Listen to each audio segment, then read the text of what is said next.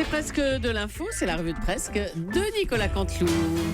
Et aujourd'hui, c'est Guillaume Durand qui est avec nous. Bonjour Guigui. Bonjour ma chère Julie, bonjour à tous. J'adore vous écouter. Life is beach and after you die.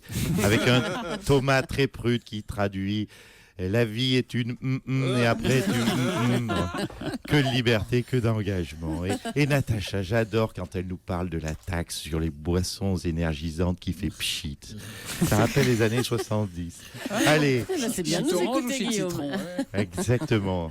Allez, On j'enlève. vous écoute pour Attendez, les 2 titres. secondes parce qu'il faut Quoi que j'enlève ma cagoule quand même. Ah bah oui, allez. Bah oui, regardez, je Qu'est-ce qui retire se mes passe protections en Kevlar, je pose mon casque. Oui, je suis obligé d'être équipé en ce moment avec tous les cégétistes qui rôdent en ce moment dans les rues. C'est que j'ose plus mettre mes berloutis en cuir d'agneau. Hein. Ni mon imperberberie. Là, je me camoufle, je me protège. Alors, vous savez que si j'ai envie de me porter ma Rolex, je mets une armure de CRS, je suis obligé. Hein. C'est toute une organisation. Eh oui, mon pauvre Guillaume. Vous savez que j'étais obligé de visser des plaques de métal sur ma Porsche. Ah ben là, on dirait Mad Max. Ben oui, c'est mal vu d'aimer les belles choses en ce moment. Allez, c'est parti pour les titres. On vous écoute. Baccalauréat, aujourd'hui les élèves passent l'épreuve de grec. Ceux de la filière littéraire doivent savoir le parler, ceux de la filière économique doivent savoir le ruiner. Air djihadisme, hier matin à Bruxelles, un homme a été interpellé dans un centre commercial avec une fausse ceinture d'explosifs. C'est bizarre quand même, une fausse ceinture d'explosifs, une ceinture factice. Attention, à ce compte-là, il va pas avoir 70 vierges, mais 72 poupées gonflables. Asthmatique anonyme. En France, la pollution de l'air provoque presque autant de décès que l'alcool. C'est ballot parce que c'est quand même plus simple d'arrêter de boire que d'arrêter de respirer. Certes. Loi des fins de série. Allez, encore des scènes de guerre en pleine ville, des débordements, de l'hystérie collective. Et oui, après les manifestations qui dégénèrent, les hooligans qui cassent tout, c'est le début des soldes. Eh Et oui, on n'arrêtera jamais avec les signes de pillage en France en ce moment. Et puis, 7e art, on en a parlé à l'instant, aujourd'hui sort au cinéma, le film d'animation Le Monde de Dory, après Le Monde de Nemo. Un film sur un poisson qui oublie tout, un poisson amnésique qui oublie où elle est, puisque c'est une femelle, et qui oublie ce qu'on lui a dit, qui va voter Sarkozy en 2017. Ah oui, alors vraiment, elle a aucune mémoire, la bestiole. Allez, merci Guillaume, à Je bientôt. vous en prie. Michèle Alliot-Marie s'est déclarée candidate à l'élection présidentielle. Bonjour, Madame Alliot-Marie. Bonjour à tout votre studio. Écoutez, soyez précise. J'ai annoncé que j'annoncerai ma candidature très précisément le 4 juillet. Mais attendez, annoncer qu'on va annoncer sa candidature, c'est quand même annoncer sa candidature, non? Non. bon. Si j'avais voulu, Madame Julie, annoncer ma candidature, j'aurais annoncé ma candidature. Là, j'ai annoncé que j'allais l'annoncer. Oui, C'est totalement différent. Mais vous ne devriez d'ailleurs pas être surprise, puisque j'avais déjà annoncé l'annonce de cette annonce de candidature. Oui, bon, oui, c'est bon, ça ira. Dites donc, ça fait longtemps qu'on ne vous a pas vu. Hein. Vous pensez encore incarner l'avenir, Madame Alliot-Marie? Je le crois. Vous savez, les Français ont besoin de candidats d'expérience. Pas que des jeunes foufous comme Alain Juppé ou Nicolas Sarkozy, qui ne font de la politique que depuis 40 ans. Alors, écoutez, je ne suis pas contre, c'est très bien, la folie de la jeunesse, mais un peu de sérieux ne peut pas faire de mal. Donc, je me lance, voilà, j'écris un programme, je vais me passer un coup d'Océdar d'art dépoussiérant et je me lance. Eh bien, bonne chance alors. Bonne chance, Madame Alliot-Marie. Finalement, on ne sait toujours pas ce qui va se passer jeudi. Les syndicats veulent défiler comme ils l'avaient demandé. Emmanuel Valls, lui, craint toujours des actions violentes de casseurs. Manuel Valls?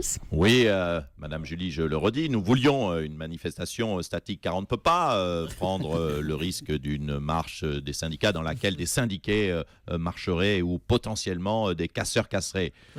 Nous sommes aujourd'hui inclinés et par précaution, je vais prendre contact de ce pas avec, si vous le permettez, les assureurs pour d'éventuels dégâts qu'il faudra prendre en charge. Je suis justement en train, si vous le permettez, je peux profiter de votre téléphone de studio pour appeler Cerise de Groupama. Cerise de Groupama. Allez-y. Je vous remercie. Allez-y.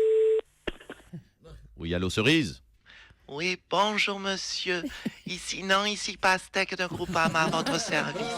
Cerise est en Oui, vacances. bonjour mademoiselle, Attendez, je suis le Premier ministre et je souhaitais prendre une assurance anti-casseur pour les vitrines des commerçants qui se trouvent sur le trajet jeudi lors de la manifestation.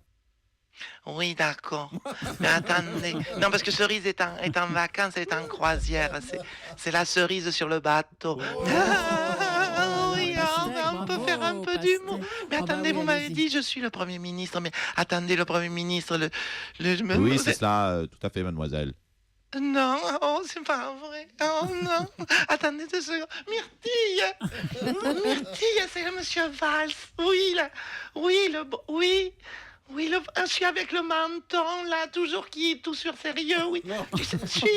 Oui, il va assurer des vitres. Attends, 2 secondes, monsieur le Premier ministre. C'est qui s'en occupe? C'est Poivron? Non, c'est Ananas. D'accord. D'accord. Je vois avec Anna. Attendez 2 secondes, monsieur le Premier ministre, un instant. Merci de votre patience ainsi que d'avoir patienté. Je vous mets en relation avec monsieur Ananas qui s'occupe des bris de glace. Carglass répare, Carglass remplace. Monsieur Ananas. Oui, Ananas, bonjour. Vous avez un problème de vitre brisée? Eh bien, si l'impact est moins grand qu'une pièce de 2 euros, on injecte notre résine spéciale et nous... Non mais attendez, mais moi je m'en fous moi, de votre résine spéciale. Hein, monsieur Ananas de Carglass, pourquoi pas monsieur Propre ou Maminova tant qu'on y est. Non attendez, passez-moi Pastèque. Oui, allô, oui, j'entends une forme de mécontentement, monsieur le Premier ministre. Oui, pardon. Oui, donc c'est toujours pour votre bris de vitrine. Alors, qu'est-ce que vous souhaitez?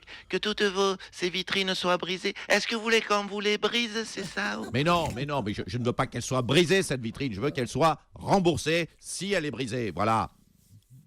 Comment ça, si elle est brisée?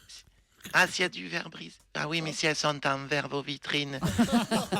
Ah oui, mais on ne pourra rien faire, là. Non, parce que le contrat est formel. Je lis l'alinéa 4, page 72. Nous ne serons pas remboursés les vitrines brisées construites dans des matériaux fragiles, tels que le verre, la céramique, le cristal ou la porcelaine translucide. Ne sont pris en charge que les vitrines solides, type vitrine en parpaing ou vitrine béton. Oui, mais non. Oui, je comprends. Oui, non, mais je comprends. Oui, non, mais je comprends. Oui, non, mais je comprends. Non, mais je me mets à votre... Oui, mais je me mets à votre... Oui, mais c'est pas moi qui... Oui, mais c'est pas... C'est monsieur Concombre qui rédige les contrats, faut voir avec lui. Oui, je comprends. Je comprends votre mécontentement. En tout cas, tout le verger de Groupama présente ses condoléances aux familles des vitrines. Voilà. Au revoir, monsieur le Premier ministre. Merci Pastèque, merci, formidable. Et puis donc on en vient à l'actualité média.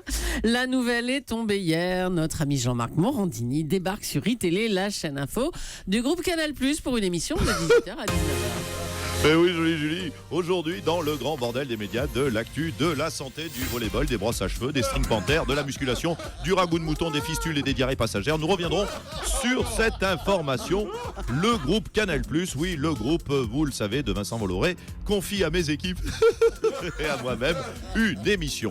Et c'est une émission qui n'est même pas le grand journal, alors que tout le monde m'y voyait depuis 1 an. Alors, pourquoi je n'ai pas le grand journal? Pourquoi je ne mérite pas le grand journal? Est-ce que j'ai dit un truc qu'il ne fallait pas?